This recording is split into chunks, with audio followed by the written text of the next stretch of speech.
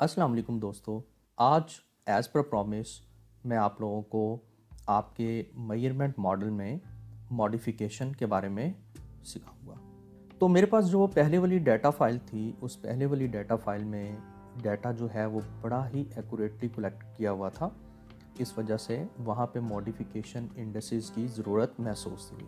लेकिन ये एक और डाटा फाइल है जिसमें मेरे पास 4 वेरिएबल हैं। पहला वेरिएबल ऑर्गेनाइजेशनल लर्निंग कल्चर है, OLC के नाम से मैंने इसको रिप्रेजेंट किया। दूसरे को मैंने परसीव्ड ऑर्गेनाइजेशनल सपोर्ट कहा। तीसरे को जॉब सेटिस्फेक्शन, जिसके 3 सवाल थे। चौथा टर्नओवर इंटेंशन, जिसके 3 सवाल थे। अब इन चारों वेरिएबल्स में मैंने डेटा जो है वो इंसर्ट कर दिया। अब मैं मॉडल को रन नहीं कर सकता हूँ क्योंकि आपको ये स्मॉल सर्कल्स में जो एरर टर्म्स हैं इनकी वैल्यूज़ नज़र नहीं आ रही। तो इनकी वैल्यूज़ के लिए हमने क्या सीखा था? जी बिल्कुल, हमें प्लगइन्स में जाना है और यहाँ जाकर नेम अनऑब्जर्व्ड वेरिएबल्स को क्लिक कर दें। तो ये उसने इसकी वैल्यूज़ जो है वो रिपोर्ट कर दी। अभी भी हम अपना मॉडल जो है वो रन नहीं कर सकते क्योंकि प्रीवियस वीडियोस में मैंने आपको बताया कि जब हम मेजरमेंट मॉडल रन कर रहे होते हैं, z वेरिएबल्स जो हैं हमारे, इनको हमने कोवेरिएट कराना होता है आपस में एक डबल एरो के हेड से। और उसका तरीका मैंने आपको ये बताया था कि हम सेलेक्ट वन ऑब्जेक्ट वाले बटन को क्लिक करके इन चारों को सेलेक्ट करेंगे और हम फिर प्लगइन्स में जाकर ड्रॉ कोवेरिएंसीज वाले बटन को क्लिक करते हैं तो वो उसने उसके कोवेरिएंसीज जो हैं वो ड्रॉ कर दिए।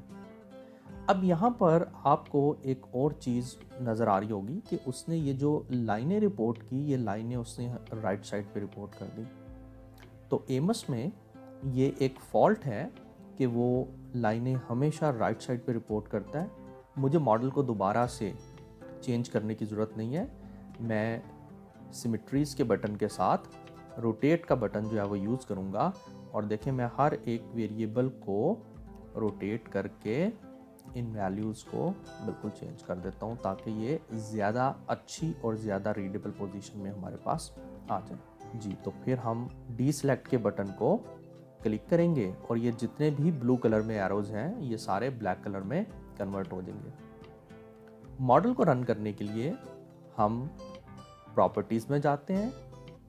आउटपुट के बटन में मैंने आपको 2 चीज़ें बताई थी, एक स्टैंडर्डाइज्ड एस्टिमेट्स की वैल्यूज़ चाहिए और एक स्क्वायर मल्टीपल कोरिलेशंस की वैल्यूज़ चाहिए। आज क्योंकि हम मॉडिफिकेशन इंडेक्सेस की तरफ जा रहे हैं ताकि हमारे मॉडल फिटनेस की वैल्यूज़ जो हैं वो थोड़ी सी इम्प्रूव हो सकें, तो हम यहाँ पर मॉडिफिकेशन इंडेक्सेस जो कि लास्ट पे गिवन है इस बटन को चेक करेंगे। आप देखें कि ये बाय डिफ़ॉल्ट 4 है, तो हम इसको चेंज करके 10 तक कर देते हैं। हम कहेंगे कि जो 2 एरर टर्म्स आपस में 10 मॉडिफिकेशन इंडेक्सेस तक मिल रही हैं वो सारी की सारी हमें शो कर दो। आप 4 पे भी एनालिसिस रन कर सकते हैं। And I am gonna cross my finger, I am gonna run the model और वो कह रहा है कि मॉडल को सेव करो। हम इसको सेव कर लेते हैं, CFA4 AAA। Okay, run the model. जी, उसने मॉडल को रन कर दिया।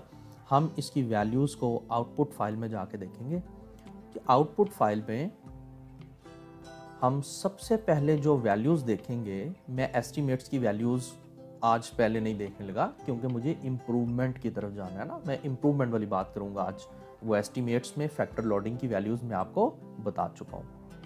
तो हम जो है यहाँ पर मॉडल फिट को क्लिक करेंगे और मॉडल फिट में आप देखें Siemens/DF 2.8 अच्छी वैल्यू है। आपके पास दूसरे टेबल में जो वैल्यू हम देखते हैं GFI, AGFI, both values are above 0.90 और फिर हम तीसरे टेबल में CFI की वैल्यू 0.94 लिखी हुई है। हम बैडनेस ऑफ फिट में RMSEA की वैल्यू देखेंगे which is 0.049 which is also good value. जी, इन वैल्यूज़ का मतलब तो ये हुआ कि हमारे पास मॉडल जो है वो फिट है। लेकिन हम क्या करेंगे, एस्टीमेट के बटन के नीचे आपको ये मॉडिफिकेशन इंडेक्सेस का बटन अब नज़र आ रहा है। हम इस बटन को क्लिक करेंगे और इस बटन के बाद हम पहले टेबल में दो एरर टर्म्स जितने से कोवेरिएट हो रही हैं हम उनकी वैल्यूज़ को देखेंगे, और mi में मुझे सबसे ग्रेटर वैल्यू जो नज़र आ रही है दैट इज़ 28.570, और ये है एरर टर्म 12 और एरर टर्म 13 के दरमियान।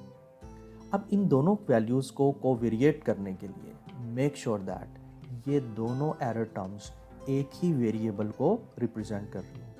अगर कोई एक को और दूसरी को रिप्रेजेंट कर रही हो तब हम इसको आपस में कोवेरिएट नहीं करवा सकते। तो E12 और E13 में हम देखते हैं कि हमारे पास E12 एंड E13, ये देखें E12 और E13 दोनों P और S में आ रही हैं, तो इसका मतलब हम इसको कोवेरिएट कर सकते हैं। हम डबल एरो से इसको कोवेरिएट कर देंगे, ड्रॉप। अच्छा, मुझे मॉडल दोबारा से रन करना है, और मॉडल रन करने के बाद आप देखिएगा कि उसकी मॉडल फिटनेस की वैल्यूज़ में एक चेंज आया होगा। I am gonna run the model again. Output की फाइल में जाकर मॉडल फिट में देखूंगा, मॉडल फिट में देखें ये 2.61 हो गया, ये 0.94, ये वैल्यू बढ़ गई 0.93 होगी, CFI की वैल्यू 0.95 और बढ़ गई, और RMSEA की वैल्यू जो कि 0.49 समथिंग थी ये 0.046 रह गई। इसका मतलब ये कि मॉडिफिकेशन इंडेक्सेस जो हैं वो हमारे लिए वर्कआउट कर रहे हैं। हम एक मरतबा फिर मॉडिफिकेशन इंडेक्सेस में जाते हैं और बाकी की वैल्यूज़ देखते हैं। हमारे पास E11 और E12 जो हैं ये एक और मेजर वैल्यूज़ है। हम इसको जब कोवेरिएट करेंगे 11 और 12 दोनों POS में आ रही हैं तो मॉडल फिटनेस की वैल्यूज़ और बढ़ जाएगी। गाइस मेक श्योर दैट कि ये जो एरर टर्म्स को आपस में कोवेरिएट करवाना कोई बहुत अच्छी चीज़ नहीं होती है। हमें कोशिश करनी चाहिए जितनी कम एरर टर्म्स को हम आपस में कोवेरिएट करवा सकें उतना ज़्यादा बेहतर है हम लोगों के लिए, ठीक है। इसका एक ही हल है, वो ये कि आप जब अपनी स्टडी के लिए डेटा कलेक्ट करें तो डेटा को आपने बहुत ही एथिकली कलेक्ट करना है। मैं वैसे आपको एक और रिलेट करके इन दोनों चीज़ों को इसकी वैल्यूज़ बता देता हूँ कि मॉडल फिटनेस की वैल्यूज़ जो है हमारे पास और इम्प्रूव हो रही है।